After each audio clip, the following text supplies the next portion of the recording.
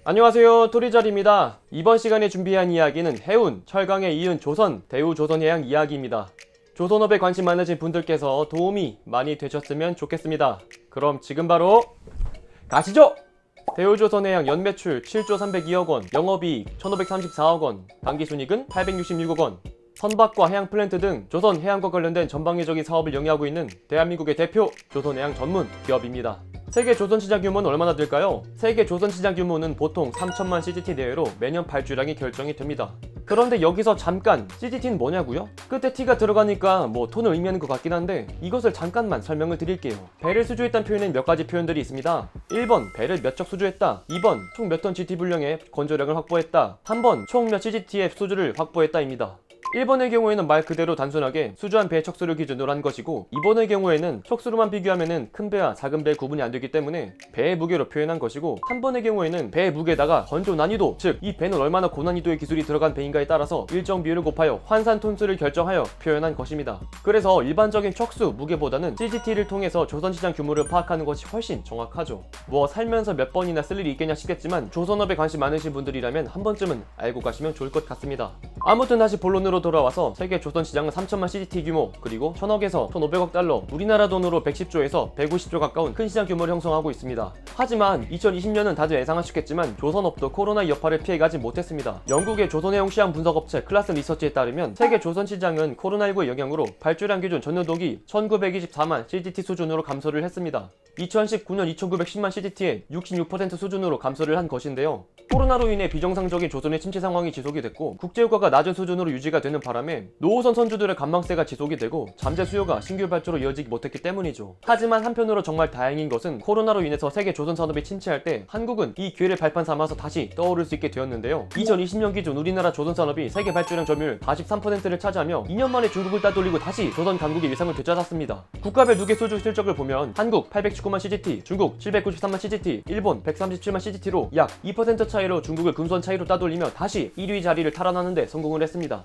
2010년대부터 중국은 국가주도로 조선 산업을 육성하기 시작합니다. 정부의 공격적인 보조금 지원 및 일감 몰아주기를 위한 중국 자국 기업 내 조선 지속 수주, 해외 고객사 유치를 위한 저렴한 가격 등을 내세워 2012년부터 2017년 그리고 2019년 세계 조선 점유율 1위를 차지하죠. 하지만 2020년에는 다시 이를 한국이 앞서면서 2020년에는 점유율 1위를 기록한 것인데요. 최근 이 여파를 몰아서 우리나라 조선 사업의 분위기가 아주 좋다고 합니다. 기사를 하나 보여드리면 한국조선 1분기 수주량 작년 10배, 점유율도 절반을 넘었다고 합니다. 2021년 올해 1분기 전세계 발주량에 1024만 CGT 중에서 한국이 무려 532만 CGT를 넘겼다고 하는데요. 전년 동기 대비 수주량은 9.7배, 약 10배가 뛰었고 수주 점유율도 14%에서 52%로 훌쩍 뛰었다고 합니다. 우리나라 조선업계가 중국을 따돌리고 대량 수주를 하게 된 배경엔 여러 가지 이유가 있습니다. 가장 큰 이유는 기술력인데요. 중국은 국가주도로 공격적인 수주 정책으로 인해서 빠르게 조선 산업에서 성장할 수 있었습니다. 하지만 중국은 아무래도 국가주도의 급속한 성장 속도 탓에 가격 경쟁력 면에서는 한국보다 우위에 있었지만 기술력에선 부족한 점이 많았습니다. 2017년 9월 CMA CGM이 중국 선박공업에 발주한 LNG 추진 초대형 컨테이너선을 단기간 인도 지연 등으로 납기를 못 맞추는가 하면 심지어 2018년에는 중국의 후동중화조선이 건조한 LNG선 글래드스토너 엔진이 고장으로 인해서 고작 2년 만에 폐선 처리가 되는 일까지 있었죠. 그나마 중국의 대체제인 일본 역시 일본의 경우에는 미쓰비시중공업이 건조한 MO14 8100TEU급의 컨테이너선이 2013년 인도양 해상에서 선체 중앙부로 두동강이 난 사건이 있을 정도로 섬나라 어드밴티지 로봇 해강국 일본도 조선에 있어서는 한국에 비해서 많이 부족한 상황입니다. 반면 한국은 싱가포르 이피스사가 발주한 LNG 추진 초대형 컨테이너선은 현대중공업이 예정된 일정보다 빨리 인도하면서 세계 최초의 LNG 연료 추진 초대형 컨테이너 선박을 만들기도 하며 세계 최초의 수식어를 가져가기도 했죠. 조선업에서 기술력만큼은 아직까지는 건재하다는 것입니다.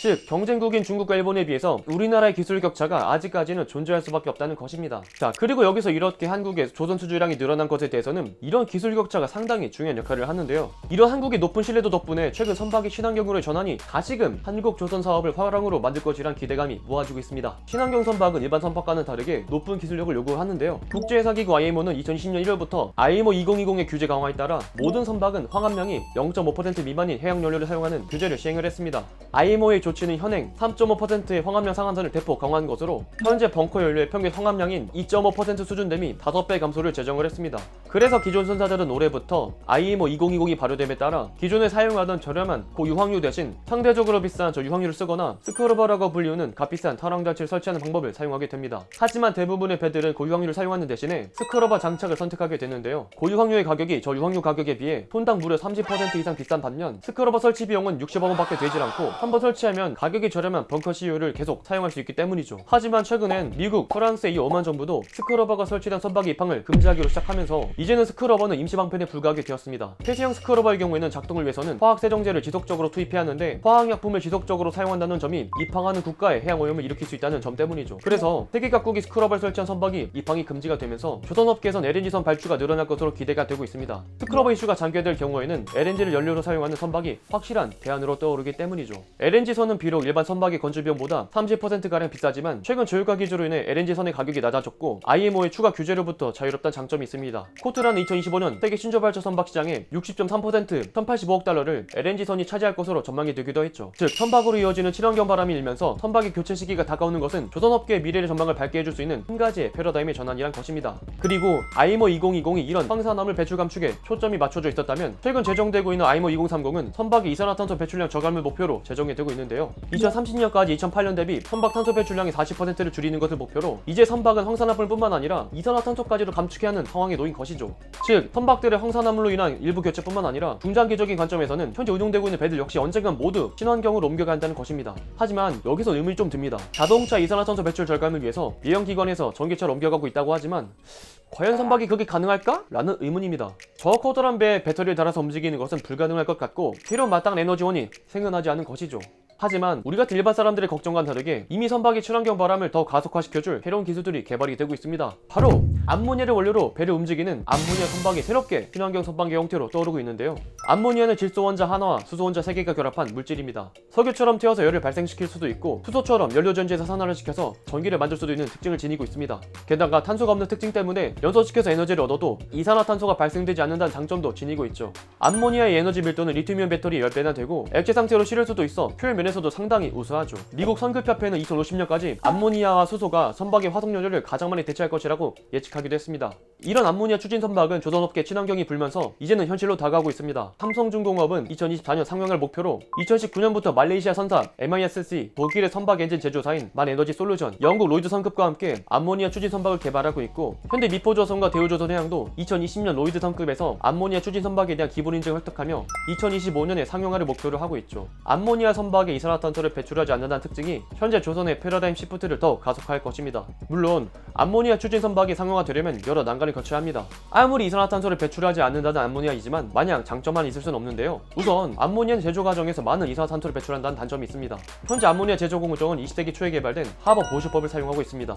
이 방법은 암모니아를 만들기 위해서 보온, 고압 조건을 만들기 위해 많은 에너지를 소비를 합니다. 그런데 여기서 나오는 이산화탄소 양이 전세계 방출량이 무려 1.8%를 차지를 하는데요. 즉 아무리 암모니아가 청정 에너지로 각광을 받고 있어도 그를 만드는 과정이 청정하지가 못하다면 암모니아선 역시 빠른 상용화 기대하기가 어려운 것입니다. 그래서 현재 과학자들 사이에서 가장 진일보한 기술로 평가되고 있는 것이 바로 청정 암모니아 제조 기술입니다. 암모니아가 제조 과정 중에서 이산화탄소를 많이 배출한 점을 고려해 신재생 에너지만으로 암모니아를 제조하는 기술을 연구 중에 있습니다.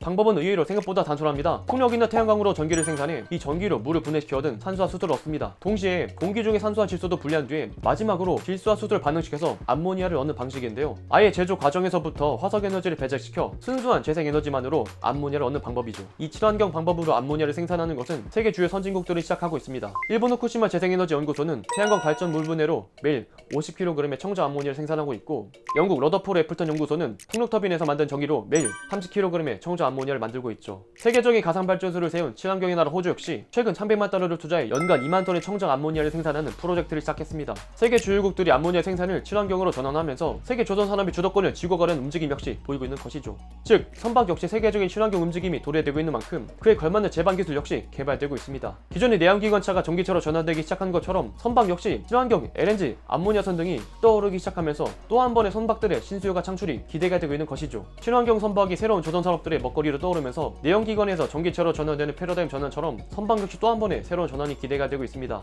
현재 IMO 2020, 2030 규제가 진행되고 있는 만큼 선박들 역시 교체 주기가 다가오면서 재생에너지에 대한 수요가 증가할 것이란 것이죠. 여기서 이런 친환경 선박의 수요를 받을 것은 현재 한국으로 전망이 되고 있습니다. 친환경 선박의 경우는 일반 선박과 달리 높은 기술력이 필요해 아직까지 기술력이 미흡한 중국인 일본이 이를 대응하기는 어렵다는 것이죠. 높은 한국 조선에 대한 대응 신뢰도가 이런 친환경 선박에 대한 슈퍼사이클을 고스란히 받아 대한민국 조선 강국의 위상을 널리 높이기를 바라겠습니다. 오늘의 영상은 여기까지입니다. 영상의 내용이 좋았다면 구독과 좋아요 한 번씩 부탁드리도록 하겠습니다. 알람 설정까지 하신다면 유튜브 토리달에 영상이 올라오는 대로 바로바로 시청하실 수 있습니다. 그리고 전 여러분들의 모든 댓글을 달고 있습니다. 원하시는 기업과 산업 말씀해 주시면 매주 두 편씩 분석해서 올려드리고 있습니다. 그럼 저는 또 다음에 좋은 영상으로 찾아뵙도록 하겠습니다. 존경하는 구독자 여러분, 그럼 다음 시간에 또 만나요. 안녕.